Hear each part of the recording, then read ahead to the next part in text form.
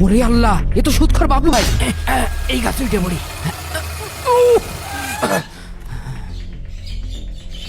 আল্লাহ, আজকে যদি আমার ধরতে পারে, আমার তো মেরে জিভে বের করে ফেল দেবে না।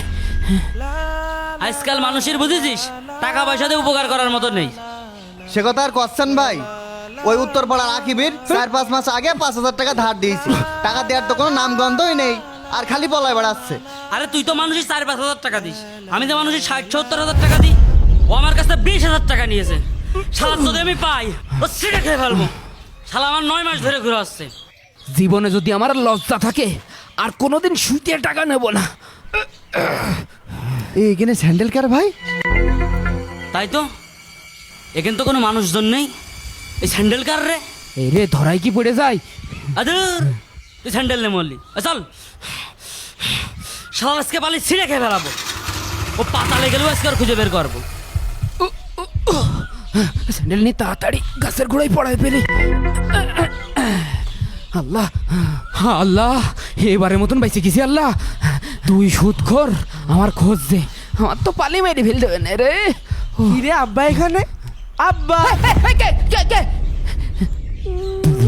ও তুই? আমি? তুমি এই যা কি করছো? ও কিছু না, ও একটু ব্যাগার দিচ্ছিলাম। চল বাপ, বাড়ির দিক চল। চলো। চ।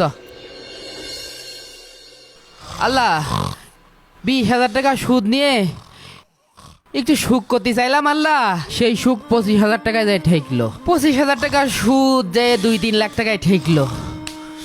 এই টাকা আমি কি করে শোধ করবো আল্লাহ? এর মাঝে আমার ছেলেটা একটা শখ করে মোবাইল ছিল আল্লাহ, তাও দিতে পারছি না। কি করবো এখন? আব্বা মোবাইল, আব্বা কিনে দিবা না?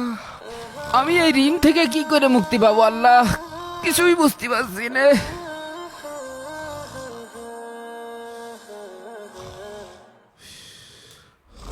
আব্বা তুমি যে আজকাল খুব মিষ্টি মিষ্টি ব্যবহার করছো দেখছি, কদিন কি ব্যাপার?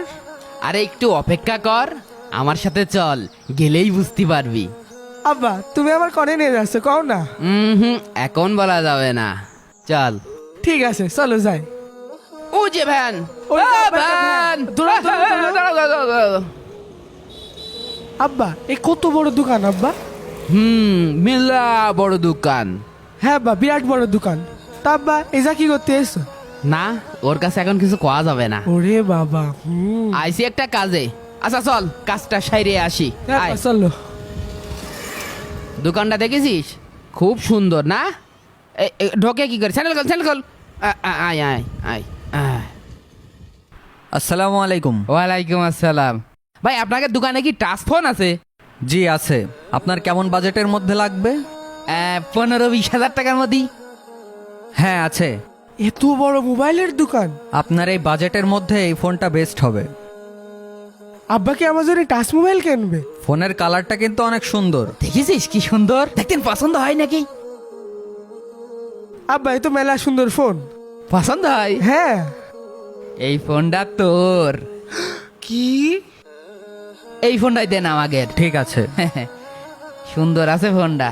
এই যে স্যার আপনার ফোন, বাহ। টাকাটা ওই ক্যাশ টেবিলে দিয়ে আসেন। আচ্ছা ঠিক আছে, ঠিক আছে। খুব সুন্দর ফোন এসে আব্বা, কও। হ্যাঁ, নে ধর। দাও। ভাই, ওই যে আমরা একটা ফোন নিয়েছি, সেই ফোনের টাকাটা নেন। হ্যাঁ ঠিক আছে স্যার। আব্বার কাছে তো এত টাকা নেই। আব্বা এত টাকা কোনতে পেলো? আব্বা হ্যাঁ, তুমি না বললে তোমার কাছে টাকা নেই, তা তুমি এত টাকা কোনতে পেলে? এই টাকাগুলো খুব কষ্ট করে ম্যানেজ করেছি। তালি শোন স্যার, আমার 1,020 টাকা লাগবে, লোনটার ব্যবস্থা করে দেন। কিস্তি নেছেন ভালো কথা, কিন্তু কিস্তি সময় মতন পরিশোধ করবেন। কিস্তির জন্য যেন পেস ঘোরা না লাগে। এই যে আইডি কার্ড নিচ্ছি, যদি কিস্তি মিস করেন তাহলে আপনার নামে কেস করে দেব, মনে থাকবে? দিবানে স্যার, স্যার আমার টাকাটা যদি দিতেন। হ্যাঁ হ্যাঁ। এই নেন টাকাটা, ভালো করে গুনে নেন, আর এই জায়গায় সই করেন। হ্যাঁ স্যার, এই সই করে দিই। ঠিক আছে ভাই। আবার আসবেন? হ্যাঁ। ঠিক আছে। মানে চল, এবার একটু কাজ কাম ঠিক মতন করে করিস। সবাই ধান কেটে বাড়ি চলে গেল, আমি এই ঝড় বৃষ্টির মধ্যেই কাজল লতা ধান লাগিয়ে কি বিপদে বললাম। এ ধান আমি কাটবো কখন, ঝাড়বো কখন, আর বাজারে নিয়ে যে বেচবো কখন? এতে কি বাবলু ভাই টাকা দিতে হবে, এনজিওর টাকা দিতে হবে? এত টাকা যে কি করে দেবো? আরে বাবলু ভাই, আপনারা এই জায়গাটাই? এই আমার টাকা কই? টাকা কই মানে? আমি তো প্রতিদিন 5টার পরে যাই আপনার বাড়ি টাকা দিয়ে আসি। তুই প্রথমে নিলি 20,000, তারপরে নিলি 50,000, তারপরে এনজিওর টাকা শোধ করবি, অমকের টাকা শোধ করবি, তমকের টাকা শোধ করবি, এই বাবদ নিলি 50,000। সব মিলিয়ে তুই প্রায় 2 লাখ টাকার মতো নিয়েছিস। তো সুদির টাকা হয়ে গিয়েছে 5.5 লাখ টাকা। এই তুই আমার টাকা বের কর। টাকা বের কর মানে? 2 লাখ টাকায় কোনোদিন 5 লাখ টাকা হয়? মগের বললুক নাকি? আমি কিন্তু আপনার নামে মামলা করবো, কিন্তু কোর্ট কাছারি পর্যন্ত যাবো কিন্তু। এই তোর ওই থানা কোর্ট সবসময় মাথায় আমার 8-10 টাকার গুজা থাকে। তুই আমার টাকা দে। আমি আপনার টাকা দিতে পারবো না। আমি জানি তুই আমার টাকা দিতে পারবি না, তোর টাকা আরও আমি দেব। এই দলিলটা দে। এইটা তোর এই জমির দলিল। তুই এখন এই দলিলটি টিপসই দিবি, এই জমি আমার নামে লিখে দিবি। বিনিময়ে তোর আমি আরও 1 লাখ টাকা দেব। ভাই তাহলে আমার 50,000 টাকার কি হবে? এই তুই বেশি ভনভন করিস না, তোর টাকাও আমি দেব। তুই চুপ করে থাক। ভাই আর একটু দয়া করেন ভাই, দরকার হয় আমি এনজিওতে টাকা তুলে বাড়ি বন্দুক থুয়ে আপনার টাকা শোধ করে দেবো ভাই। ভাই এই কাজটা করেন না ভাই। তোর বহুত দয়া দেখাইছি, তোর আর কোনো দয়া দেখাবো না। এই ভাই ভাই ও ভাই এরম করেন না ভাই। এই ধর। ভাই এরম করেন না ভাই। ও ভাই এই যে ভাই, কাছে আমার গিয়ে জমিটা ছাড়। লিখে নিয়েন না ভাই। ভাই ও ও ও ও, ও এই দলিলটা ধর আর টাকাটা বের কর। আমার টাকা নিয়ে আমার সাথে বাটপারি করিস, হালা বহুত জ্বালাইছিস। এই নে তোর টাকা। এই কাজ করেন না ভাই। বাবলু ভাই, ও বাবলু ভাই, আমার জমির কাগজটা দিয়ে যান ভাই। বাবলু ভাই।